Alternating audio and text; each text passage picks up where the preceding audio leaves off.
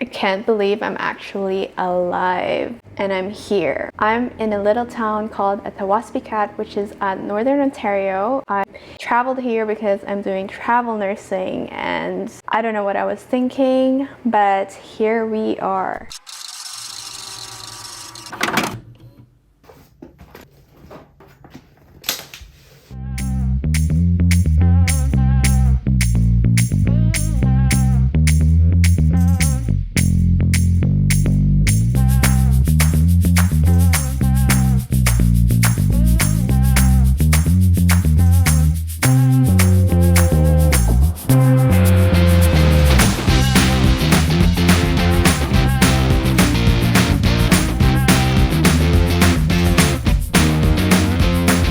So I'm filming this from a little town called Timmins. It is a stopover on my way to a Northern Ontario community.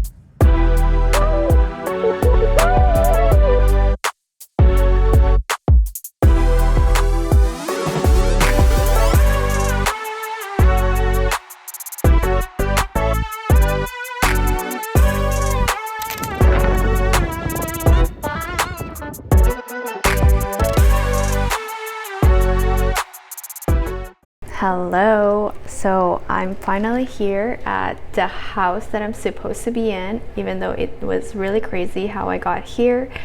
We had an emergency landing where we had to stay for 5 hours at a random airport. Once the plane that needed to get us finally got there, we stopped in different communities before we finally got to this final community. But I'm safe and sound. This is the place where I'm at right now, and the hospital is actually just like right there, you can see. So I'm going to be here for 2 weeks and I'm going to document my experiences, and I hope that you get encouraged to do something out of your comfort zone, because this is way out of my comfort zone. So let's get into the video.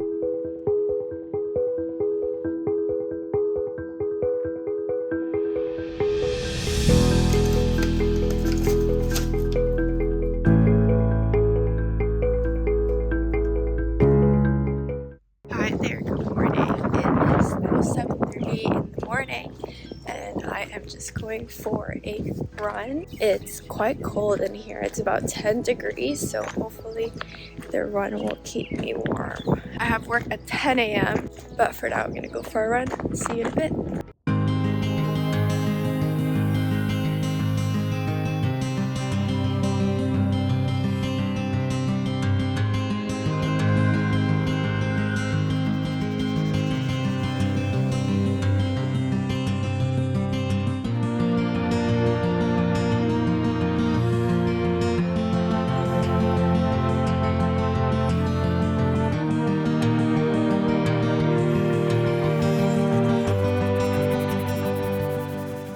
Now that I had my decent cup of coffee on day 5, I want to talk about just the overall living situation here.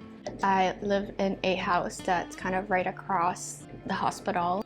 So I just finished my shift and that was the hospital and that's literally my house. All the workers in the hospitals, and I assume a lot of the workers who come here for remote work, not work from home, but like remote community work. So police who come from the south, from Toronto, they probably are housed in this area too. It's a decent house. It has a 2-bedroom, it has a kitchen, it has everything that you need to kind of live fully. The water is not potable. Is that how you say it? You can't drink the water here. We have some jugs that we get from the hospital, and then someone refills it for us. So we're a little bit spoiled in that way. So once the jugs here are empty, we bring it back to the hospital, and then there would be a refilled jug to take it back home. So that's kind of the water situation here. As for the food, there's a grocery. There's actually a really nice grocery here that has a lot of the things that you will need that you'll find in a regular grocery store. So I was really surprised by that. There are no restaurants, but there's kind of like a counter area where there's KFC and Pizza Hut. But today I found out there's another coffee place where there's a convenience store in one of the streets here that my coworkers have told me about. I finally found a coffee shop, or a place that sells coffee.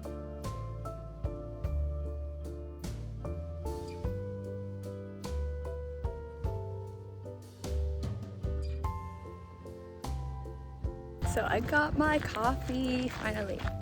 There's no self-reception here, but anyway, so there's no Wi-Fi here and I have to use Wi-Fi calling, but luckily the house itself has Wi-Fi. In terms of like the actual surroundings of the area, it's pretty safe.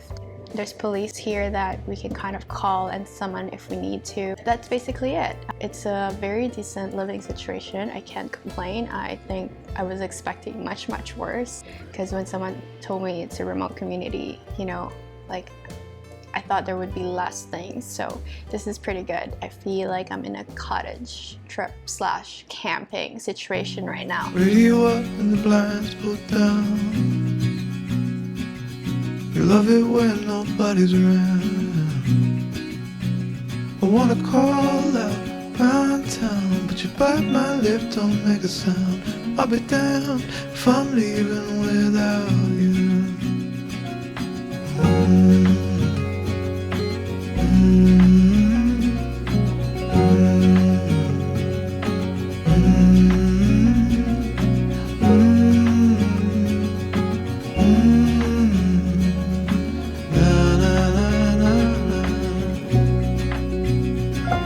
So give me a minute to catch my breath.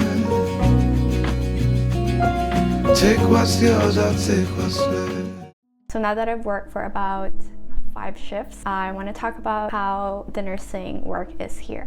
So basically there's no doctor, it's just the nurse, and you get patients and you kind of see them and you assess them, and you have some guidelines according to the Canada Primary Care Nursing, where you can kind of almost like diagnose them. So you're basically doing your own differential diagnosis. So for instance, if someone comes in for a skin abscess, you want to look at the skin and you kind of see, okay, is this an abscess or is this an ulcer? That's just a very general example. And then if you're not sure, you have to contact the doctor and you do a consult call. So you're communicating with a doctor, you're giving them your assessment, you're telling them what you think is. If you can't really treat it yourself here with medications, or if there are medications that you're not really allowed to prescribe as a nurse here, then you can actually, get a doctor's orders when it comes to medications or any other treatment that they might need. So if patients do need to leave the hospital, you would actually have to set transport for them. So they'll actually fly someone in here and actually fly them out to the nearest hospital that has more resources than what we have here.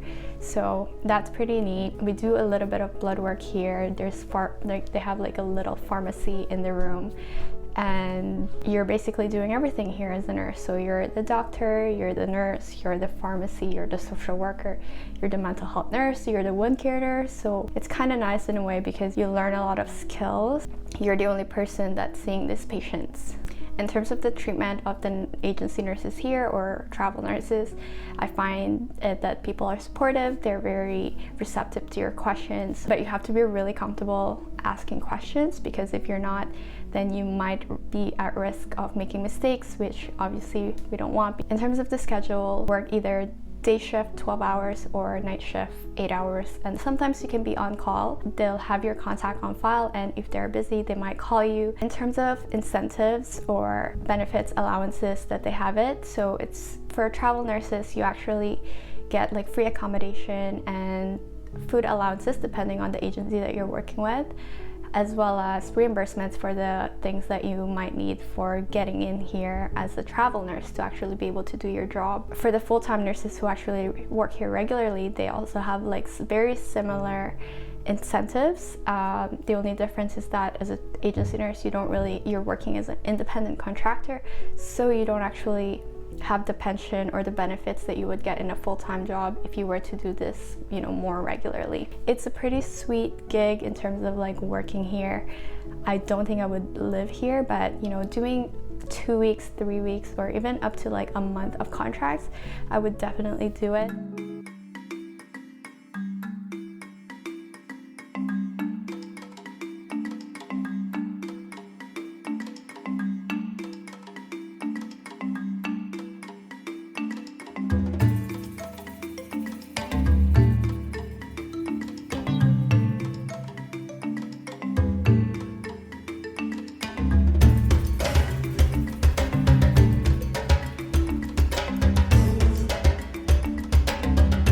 Okay, I hope you can hear me, but basically I'm in this river area and I just love the peace that I can feel here with the sound of the nature, the wind, the water, and there's a couple dogs that were strolling around me. It's a little scary, but I think they're okay. I've officially been here in Attawapiskat for 1 week now, and I thought it would be a good idea to give you some sort of background as to what people do here for fun.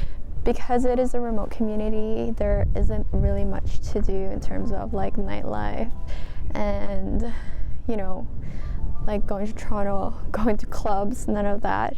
It's more nature stuff. So I've heard from my coworkers that they sometimes go in the summer they go fishing, hunting, and bear hunting or bear watching. So there's bears around in the area and they're to pass the time. Is just going for a walk, and I'm working a lot, so I don't really have much time to kind of kill. And when I'm at home, I'm working on YouTube and doing my writing stuff.